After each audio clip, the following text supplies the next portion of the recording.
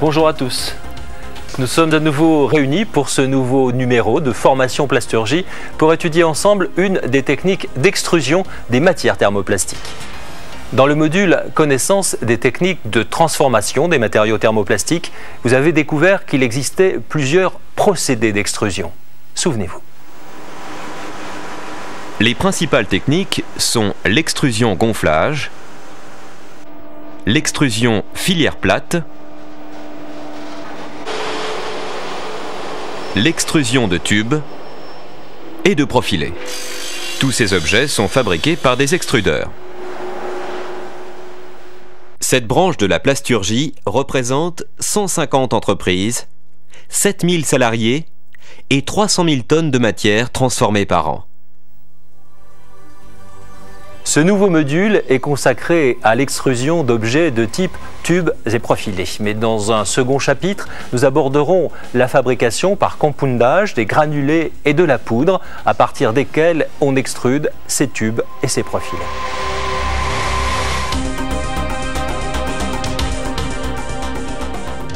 Dans cette première partie du module, nous allons donc nous intéresser à l'extrusion de tubes et de profilés. Pour mieux vous aider, voici le plan que nous vous proposons de suivre. Nous traiterons des thèmes suivants: les secteurs d'activité, les applications types, les caractéristiques géométriques et dimensionnelles des objets extrudés, le principe de l'extrusion, la ligne d'extrusion, les opérations automatisées, la mono-extrusion et la co-extrusion, la qualité, et enfin les métiers des personnels qui évoluent dans cette branche d'activité.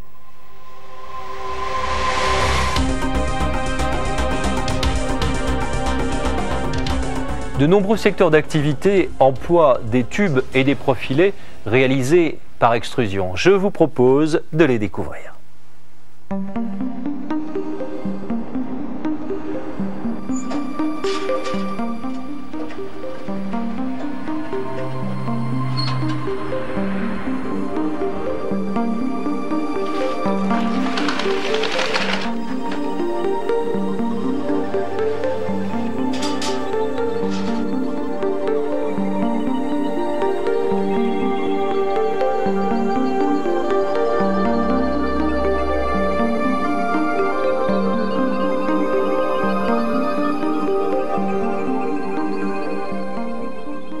Voici tout autour de moi plusieurs applications pratiques de cette technique. Ces tubes de différents diamètres ou ces profilés de sections plus ou moins complexes sont extrudés. Prenons quelques exemples. Dans le secteur du bâtiment, ces tubes ou cette gaine sont en polychlorure de vinyle rigide. Ce tuyau d'arrosage est en PVC souple. Cette sonde médicale est en polyuréthane. Quant à ce raccord flexible destiné un appareillage pneumatique, il est en polyamide. Deux exemples encore. Ces gaines flexibles, elles sont réservées au secteur de l'automobile et elles permettent de faire passer les faisceaux électriques. Et ces tuyaux en polyéthylène, ceux-là sont réservés à l'irrigation et ceux que vous voyez ici sont alimentaires. Autrement dit, ils permettent de réaliser des adductions d'eau chaude ou froide. Le secteur du bâtiment est donc un gros utilisateur non seulement de tubes, mais aussi de profilés extrudés avec lesquels on réalise par exemple cette barrière, cette fenêtre, ces revêtements muraux ou bien ce volet roulant que vous voyez ici. Autres exemples d'utilisation dans le secteur du bâtiment, toujours avec des applications dans le domaine électrique, avec ces plinthes ou bien ce chemin de câble. Et pour finir, cette application réservée à la construction de locaux industriels, ce sont des profilés de couverture en polycarbonate naturel.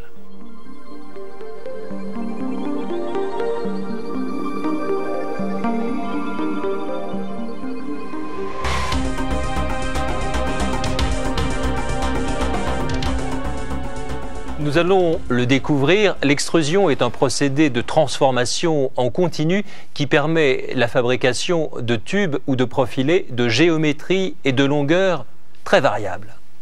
Les extrudeurs ont pour habitude de classer ces objets en plusieurs catégories. Il s'agit de joncs, de tubes, de profilés monoparois et de profilés cellulaires. De plus, ces objets peuvent être réalisés à partir d'une ou de plusieurs matières thermoplastiques. Enfin, notons que, comme pour beaucoup de procédés, il existe des cas particuliers. 4 exemples: ce tube annelé, ce tuyau armé résistant à la pression, ce tube à essence multicouche coextrudé à partir de 3 matériaux différents, ou bien ces profilés coextrudés à partir de matériaux de couleur ou de dureté différentes.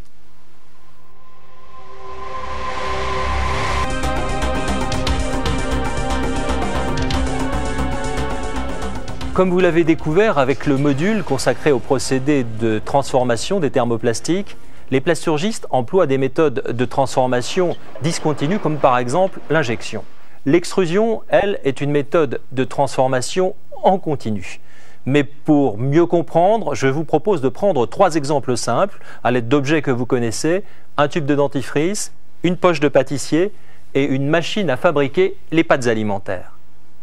Lorsque l'on exerce une pression sur la pâte dentifrice contenue dans ce tube, on obtient un jonc cylindrique. Dans le cas de cette poche de pâtissier remplie de pâte à choux, lorsque l'on exerce une pression sur la poche, la pâte molle s'écoule au travers de la douille et forme un profil continu. Notons que si l'on change la forme de la douille, la forme du profilé change.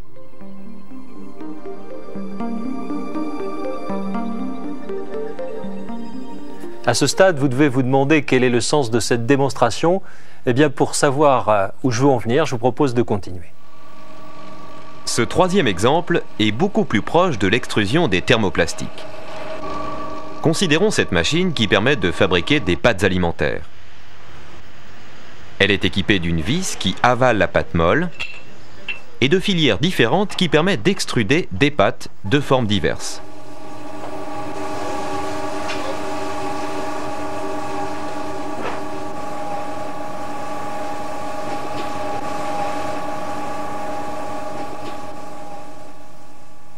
Ces 3 exemples imagent parfaitement les grands principes de l'extrusion. Transport d'une matière ramollie par une vis sans fin, écoulement de cette matière malléable au travers d'une filière, fabrication en continu d'une forme plus ou moins complexe. Revenons maintenant aux matières plastiques. Vous savez que les matières thermoplastiques se présentent souvent sous forme de granulés. Lorsqu'on élève la température du polymère, il change d'état, il devient malléable. Le matériau mou devient alors, à un certain niveau de température et donc de viscosité, extrudable.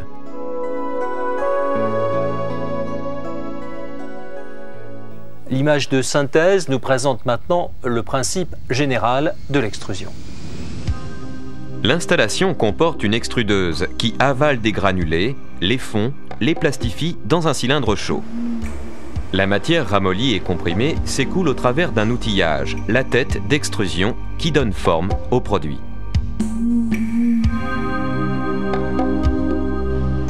Notons que selon la forme de la tête d'extrusion, on obtient des extrudats de géométrie différente. Voilà, vous connaissez maintenant le principe de l'extrusion. Découvrons immédiatement une ligne d'extrusion pour tube.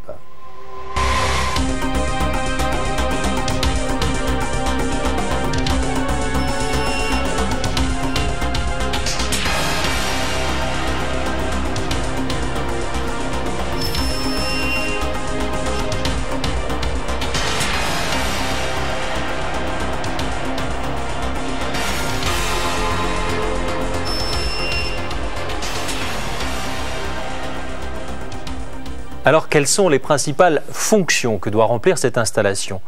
Pour les résumer, nous allons utiliser 7 mots-clés. Plastification, extrusion, mise en forme, conformation, refroidissement, tirage et enfin débit. Pour remplir ces différentes fonctions, la ligne d'extrusion est composée de 7 éléments essentiels. Nous allons les détailler grâce à l'image de synthèse.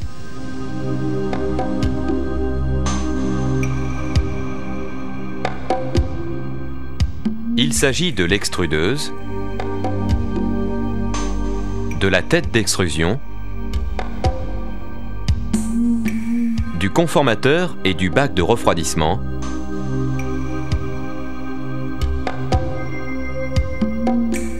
du tunnel de refroidissement par air, du dispositif de tirage et enfin du dispositif de découpe du tube à la longueur souhaitée.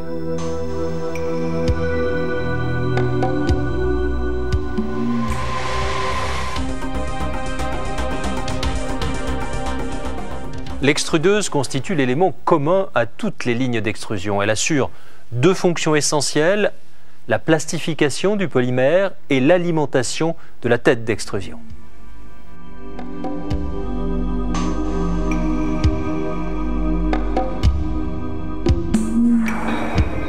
Prenons l'exemple d'une extrudeuse équipée d'une vis de diamètre 25. Elle comporte une trémie, un cylindre maintenu en température par deux colliers chauffants et un ventilateur. Une vis sans fin à 3 zones,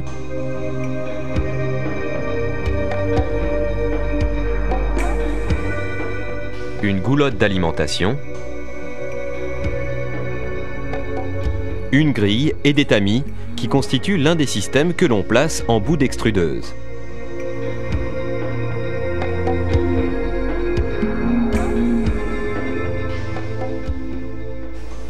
Notons que l'on rencontre plusieurs types d'extrudeuses. Voici par exemple une extrudeuse bivis. Votre formateur vous donnera des compléments d'information sur les différents types d'extrudeuses employés dans les ateliers de plasturgie.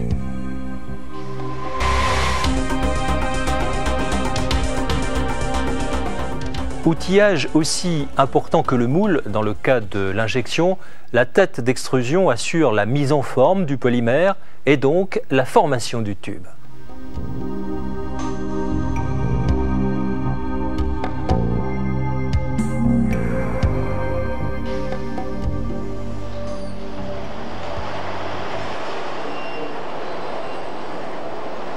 Voici le principe d'une tête d'extrusion pour tube. Elle comporte un porte-poinçon, un poinçon, un corps, une filière, une bague porte-filière et des colliers chauffants.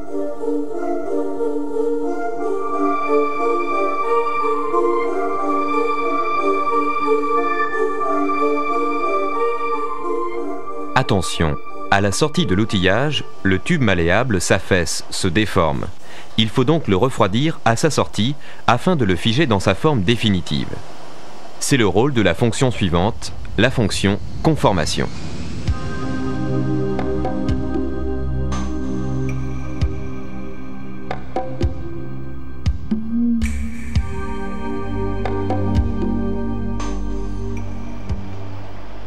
Cette ligne d'extrusion est équipée d'un système de conformation constitué par un bac à vide et une bague de calibrage.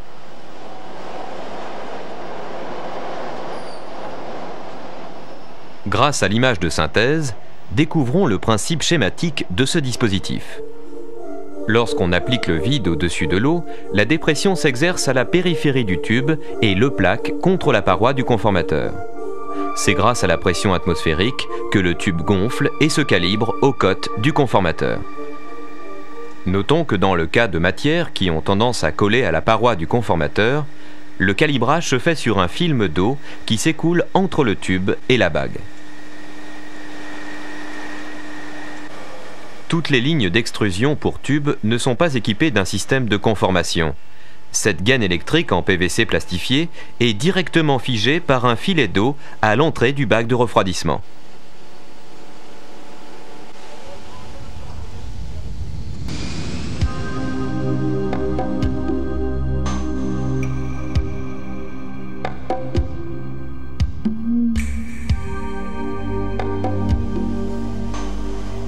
Le refroidissement du tube est assuré par son passage dans le bac de conformation rempli d'eau froide et dans un tunnel de refroidissement par air pulsé.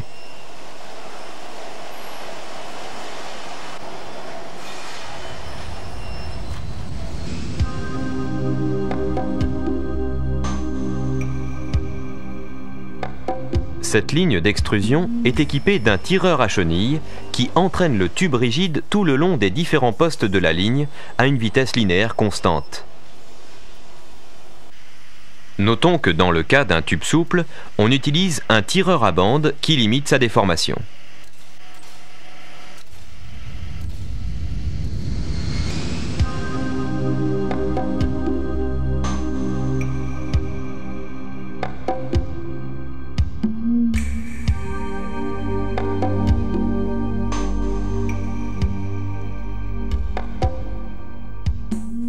En bout de ligne, le tube rigide est débité à la longueur souhaitée au moyen d'une scie circulaire.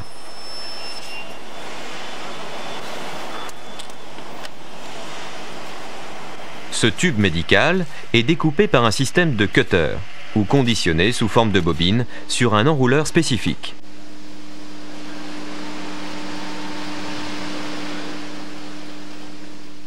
Voilà, vous connaissez maintenant en détail le principe du fonctionnement d'une ligne d'extrusion pour tube. Pour compléter cette séquence, voici deux exemples supplémentaires. Cette gaine PVC de 250 mm de diamètre est extrudée à la vitesse linéaire de 1,6 m par minute, avec un débit d'extrudeuse de 400 kg par heure.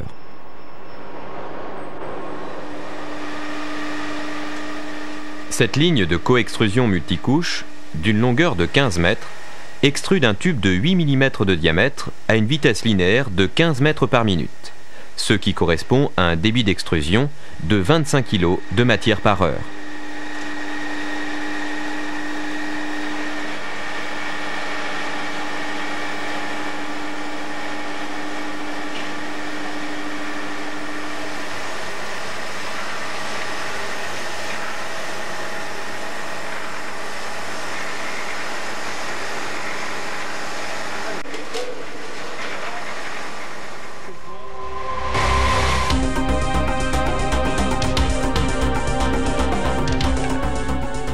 À ce stade du film, nous allons décrire des lignes d'extrusion de profilés.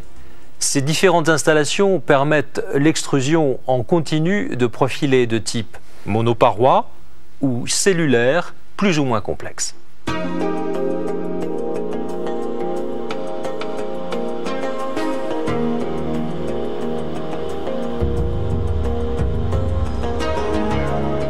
Comme vous le découvrez sur ces images, une ligne d'extrusion pour profilé est comparable à une ligne pour tube.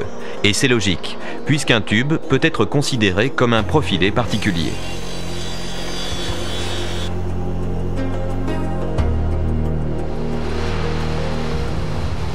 Prenons un autre exemple de ligne d'extrusion de profilé.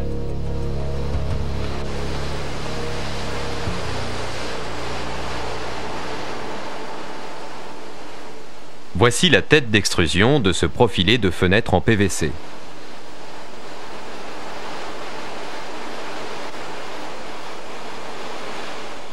Ces trois conformateurs sous vide,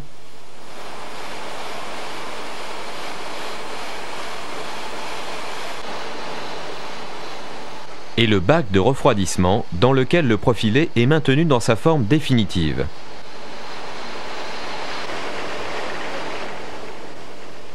En bout de ligne, comme pour le tube, un tireur à chenilles entraîne le profilé. Voici un profilé en PVC et devant moi sa tête d'extrusion que nous avons démontée pour les commodités de la démonstration afin que vous en compreniez bien le principe.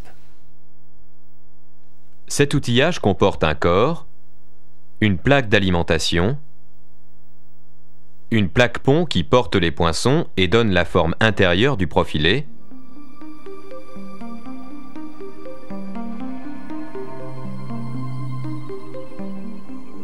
et enfin une filière, appelée également canal parallèle, qui donne sa forme extérieure au profilé.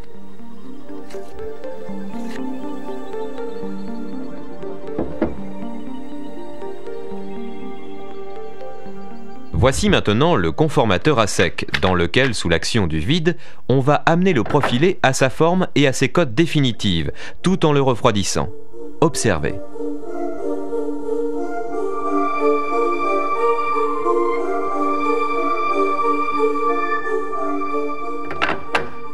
À la sortie du conformateur, un bac d'eau froide assure le refroidissement définitif du profilé extrudé. Voici un autre exemple de tête d'extrusion, correspondant à un profilé cellulaire de forme beaucoup plus complexe.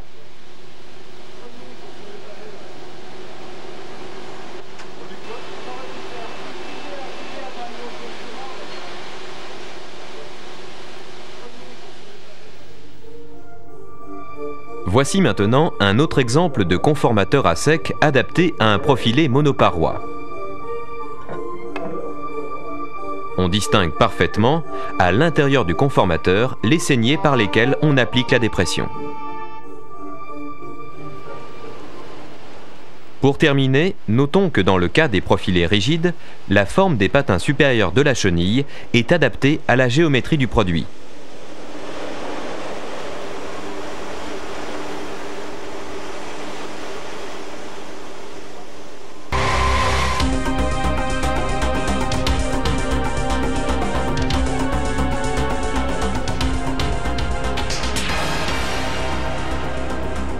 Hormis l'alimentation automatisée des lignes d'extrusion, quels sont les dispositifs qui assurent des opérations automatisées en ligne?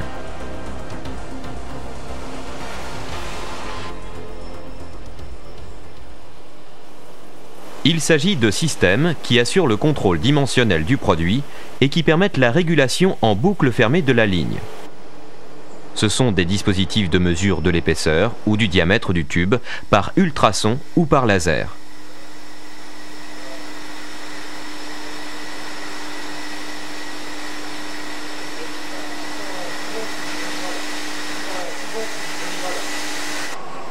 Ce chalumeau à air chaud permet d'obtenir la linéarité de ce profilé de couverture de piscine co-extrudé. Ces profilés sont marqués par jet d'encre sur la ligne d'extrusion. Notons que des encres visibles uniquement au moyen d'un rayon ultraviolet peuvent être utilisées. Autre opération de décoration automatisée en ligne, le marquage à chaud de ce profilé de survitrage.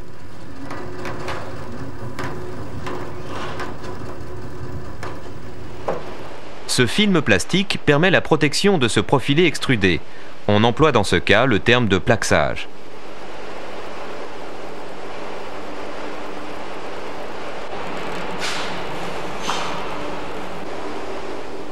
Le joint d'étanchéité de cette menuiserie est monté automatiquement sur la ligne d'extrusion.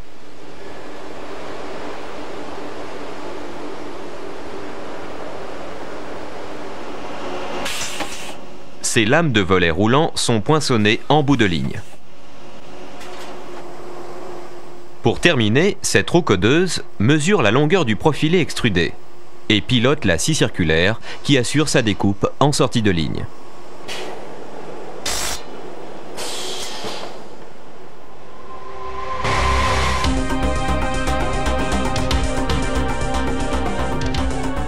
Voici maintenant quelques exemples d'opérations d'assemblage de tubes et de profilés qui entrent dans la réalisation de produits finis que vous connaissez tous.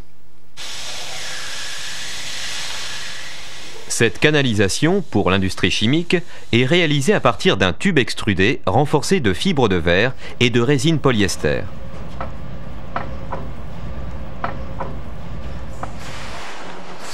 Dans cette salle blanche, ce matériel médical est assemblé à partir de tubes extrudés et de pièces injectées et soufflées. Ce portail est réalisé à partir de profilés en PVC rigide.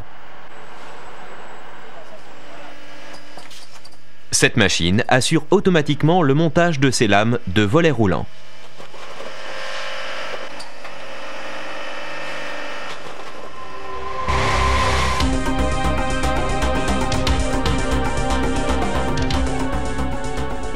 Qualité, partenariat, rigueur, respect du cahier des charges client et des délais, voici quelques-unes des valeurs fondamentales sur lesquelles les entreprises de plasturgie ont fondé leur organisation industrielle.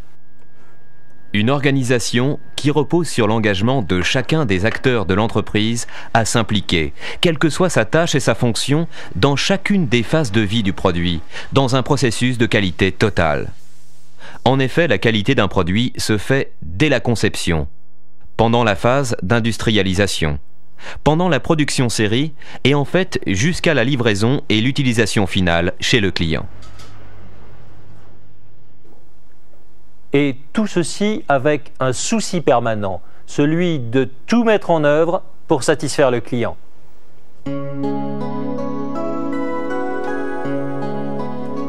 Chez les extrudeurs, les laboratoires qualité assurent le contrôle réception des lots de matière, le contrôle qualité des produits semi-finis,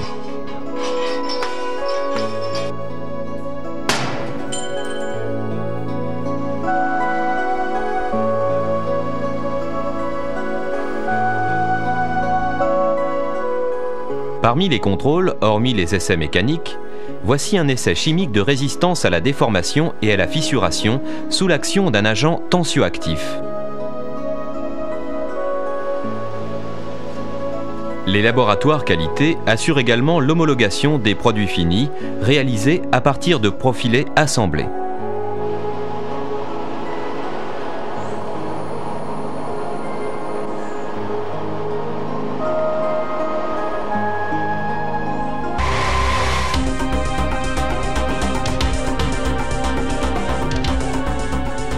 Pour terminer la première partie de ce module, intéressons-nous au métier et au savoir-faire des spécialistes, des techniciens et des agents de production qui interviennent de l'idée jusqu'à la fabrication en série de ces produits extrudés.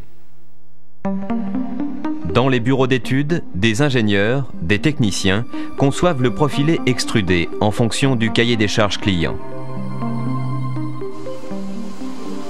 Les filiéristes conçoivent et usinent les têtes d'extrusion et les conformateurs.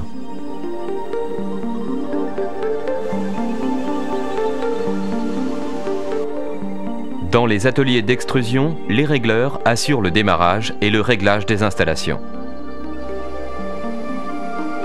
Les opérateurs assurent la conduite des installations et l'autocontrôle des semi-produits. Et enfin, ils assemblent et conditionnent également les produits finis.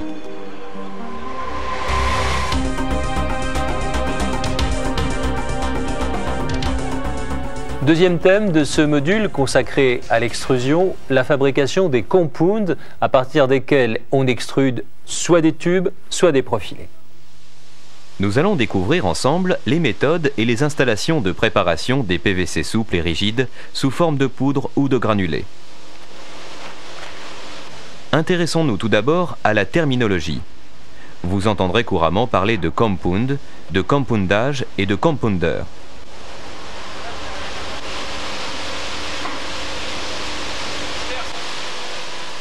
Les compounders sont en fait spécialisés dans la préparation de poudre ou de granulés par mélange de différents composants.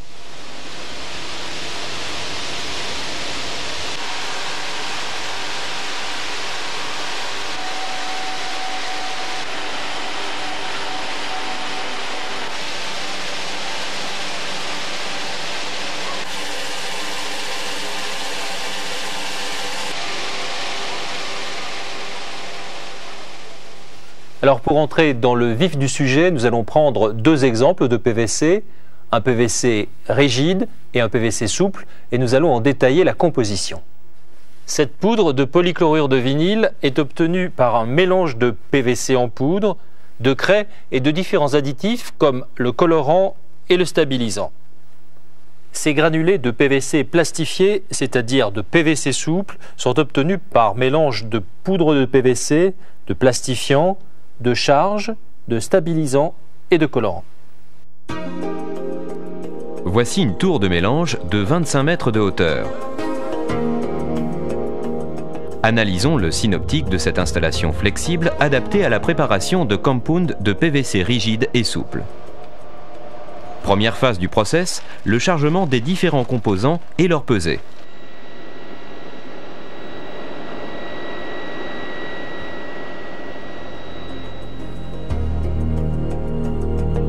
Deuxième phase du process, le mélange des différents composants dans un mélangeur rapide, suivi du refroidissement du mélange poudreux que l'on appelle prémix.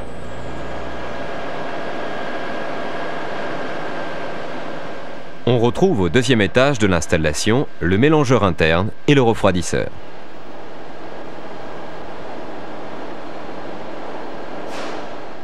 Dernière phase du process. Premier cas, le conditionnement du prémix sous forme de poudre tamisée. Deuxième cas, l'extrusion du prémix sous forme de granulés. Voici le conditionnement de la poudre de PVC dans des conteneurs spécifiques.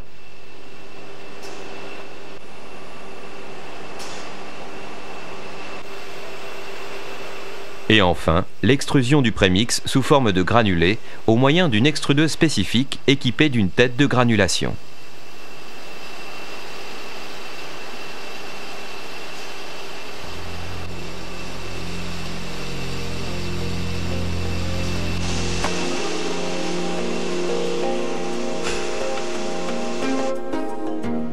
Les compounders sont donc des formulateurs qui travaillent en collaboration étroite avec leurs clients et adaptent la composition du compound aux spécifications du cahier des charges du produit extrudé.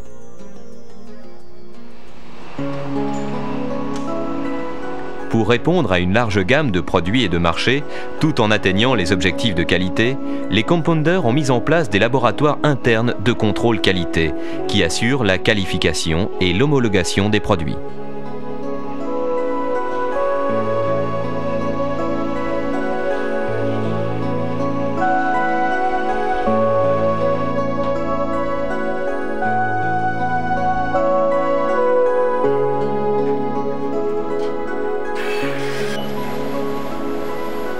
Hormis les essais physiques, thermiques et mécaniques, ces laboratoires évaluent par exemple le comportement rhéologique des mélanges.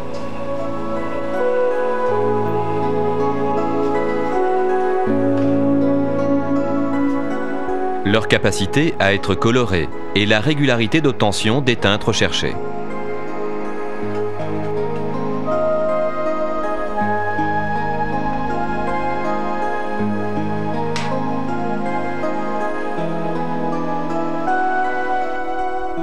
Dernier exemple pour terminer, la transformation du PVC plastifié sur des extrudeuses de laboratoire permet de mettre en évidence la présence de gel, c'est-à-dire d'infondu dans le mélange. Voilà, ce film d'introduction au module extrusion de tubes et profilés est terminé. Il vous a apporté, j'en suis sûr, une multitude d'informations que vous allez maintenant compléter et approfondir avec vos formateurs. Quant à moi, je vous retrouve pour un prochain numéro de Formation Plasturgie. Au revoir et à bientôt.